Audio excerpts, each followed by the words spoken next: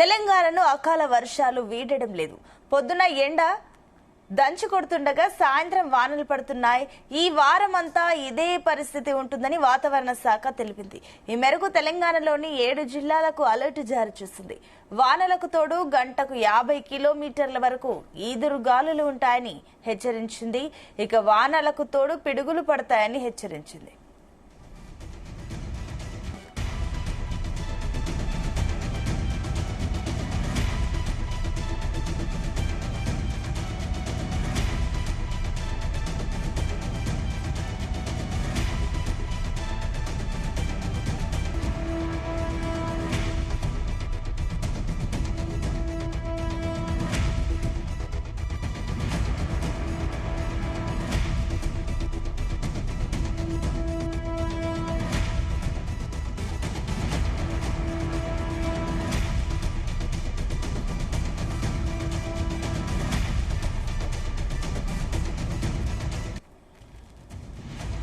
ఇక తెలంగాణను అకాల వర్షాలు వీడడం లేదు. ఇక పొద్దున ఎండలు దంచి కొడుతుండగా సాయంత్రం వానలు పడుతున్నాయి.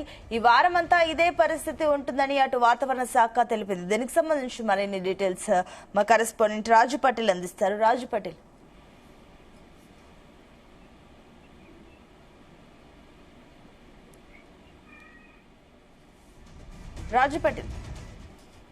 Good morning Sunitha. తెలంగాణలో ఇంకా మనకు విభిన్నమైనటువంటి వాతావరణం కంటిన్యూ అవుతుందని చెప్పవచ్చు. ఎందుకంటే మార్నింగ్ టైంలో ఏమో విపరీతమైనటువంటి ఎండ ప్రారంభం అవుతుంది. మధ్యాహ్నం సమయానికి వచ్చేసరికి ఆటోమేటిక్ గా హీట్ అనేది ఎక్కువగా పెరిగిపోతుంది. ఈ సాయంత్రానికి వచ్చేసి ఏంటంటే వడగళ్ల వాన, ఈదురు గాలులతో కూడినటువంటి భారీగా మోస్తారు పాటు వర్షాలు కొన్ని చోట్ల పడుతుంది.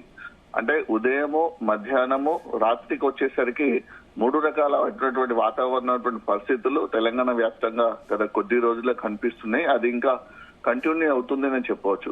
సో నిన్న ఉదయము విపరీతమైనటువంటి ఎండ ఉంది. మధ్యాహ్నంకి వచ్చేసరికి చాలా చోట్ల కూడా సాధారణ ఉష్ణోగ్రత కంటే 2 నుంచి 3 డిగ్రీల సెల్సియస్ ఉష్ణోగ్రత ఎక్కువగా నమోదైంది.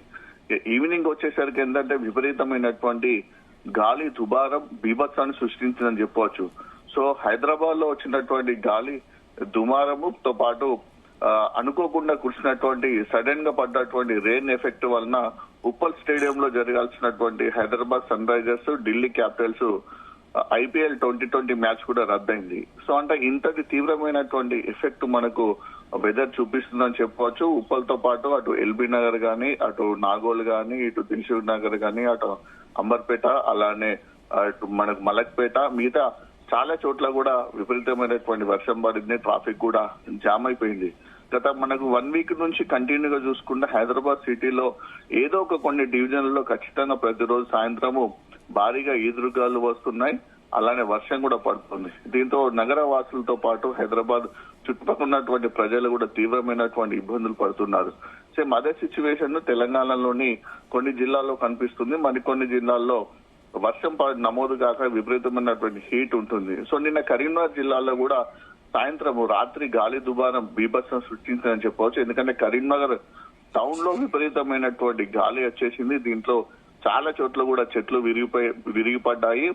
భారీ హోల్డింగ్స్ కూడా కూలిపోయాయి. దాంతో పాటు ఫ్లెక్సీలు, అటు ప్రభుత్వానికి సంబంధించిన ఫ్లెక్సీలు అయినా పార్టీలు పెట్టినటువంటి ఫ్లెక్సీలు కూడా కంప్లీట్ గా చినిగిపోయి ఫ్లెక్సీలకు ఏదైతే మనకు పాతారో ఆ హోల్డింగ్స్ కూడా కింద పట్టిపోయి ఒక రకమైనటువంటి బీభత్సం నిన్న కరీంనగర్ టౌన్ లో మనకు రాత్రి కనిపించిందని చెప్పవచ్చు. దీంతో నాకు చాలా చోట్ల కూడా కరెంటు పోల్స్ కూడా విరిగి పడడంతో కూడా విద్యుత్ కూడా చాలా అంతరాయం ఏర్పడింది. సో అసలు రాత్రి ఇంకా ఏం జరుగుతుందో చెప్పలేని సిచ్యువేషన్ ఉంది. డే అయితే ఇన్ఫర్మేషన్ త్వరగా వస్తుంది. ఎక్కడ ఏం డ్యామేజ్ అయింది, ఎక్కడ చెట్లు విరిగిపడ్డాయి, ఏ రోడ్డు మనకు ట్రాఫిక్ జామ్ అయింది, ఎక్కడ మన ట్రాఫిక్ అంతరాయం ఉంది, ఎక్కడ పవర్ కు ఇబ్బంది ఉందని తెలిసిపోతుంది. ఇంకా రాత్రి కాబట్టి పూర్తిగా కూడా సమాచారం అందలేదు. దాదాపు 1 గంట పాటు విపరీతమైనటువంటి గాలి దుమారము చేసినటువంటి ఎఫెక్ట్ వల్ల అటు ఉమ్మడి కరీంనగర్ జిల్లాలోని ఉమ్మడి కరీంనగర్ జిల్లా కావచ్చు, సిరిసిల్ల జిల్లా, ఇటు పెద్దపల్లి జిల్లా, ఈ జిల్లాలన్నిటి కూడా విపరీతమైనటువంటి ఎఫెక్ట్ కనిపించింది. చాలా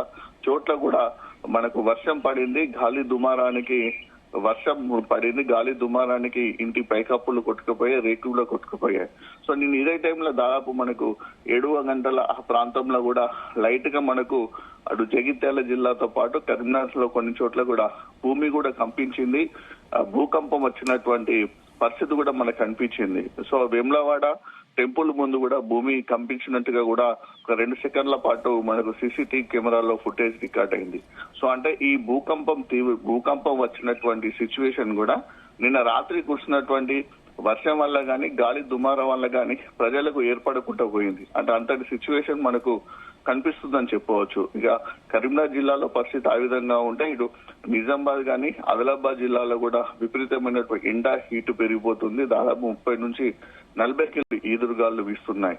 అటు ఉమ్మడి వరంగల్, ఉమ్మడి ఖమ్మం, ఉమ్మడి నల్గొండ జిల్లా, ఉమ్మడి మహబూబ్ నగర్ జిల్లాలో గత వారం రోజుల క్రితం వరకు వర్షాలు పడింది, పంట నష్టం జరిగింది.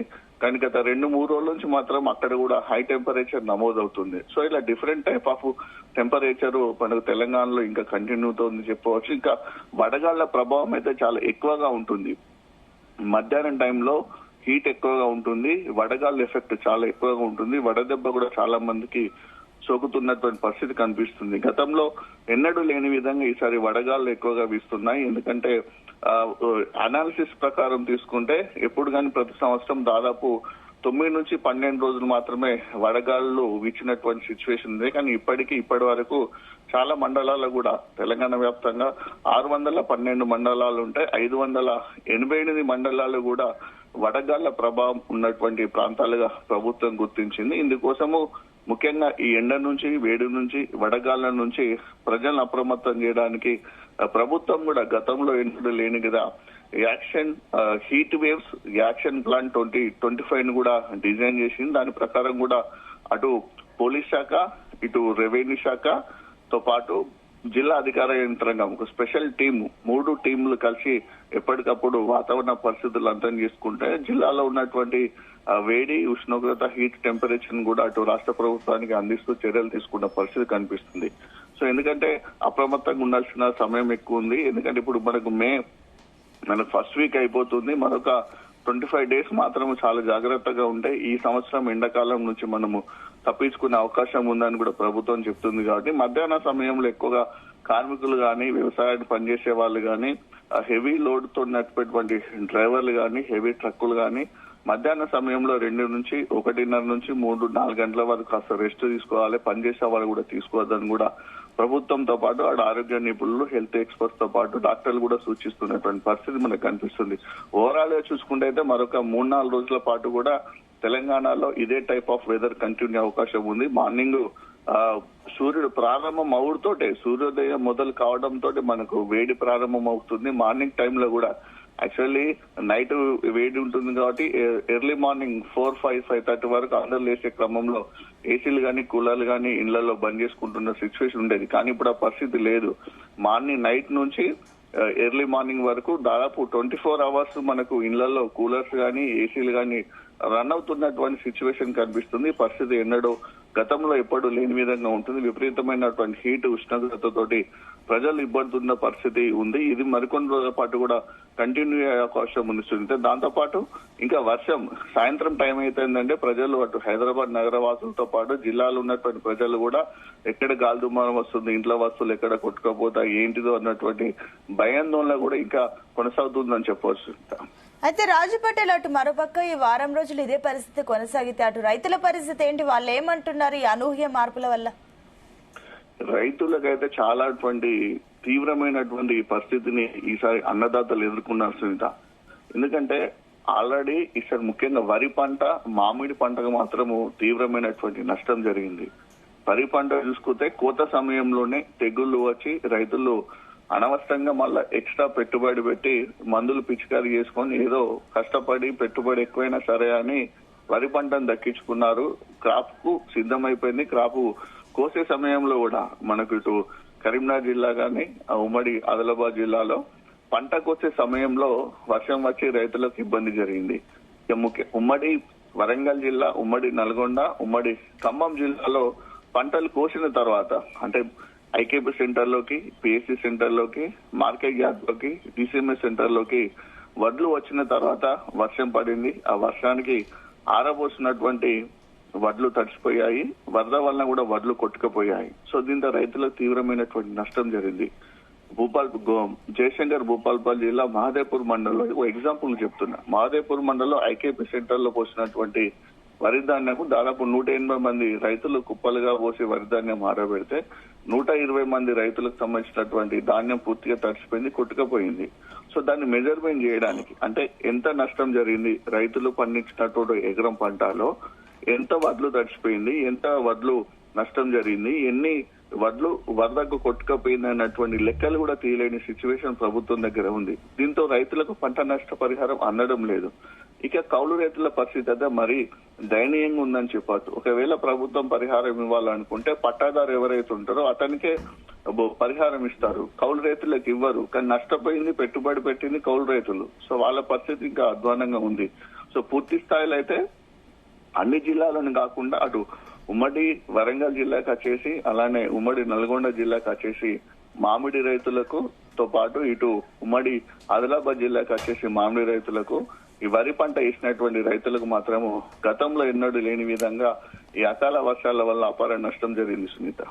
Right Raju Patel, thank you.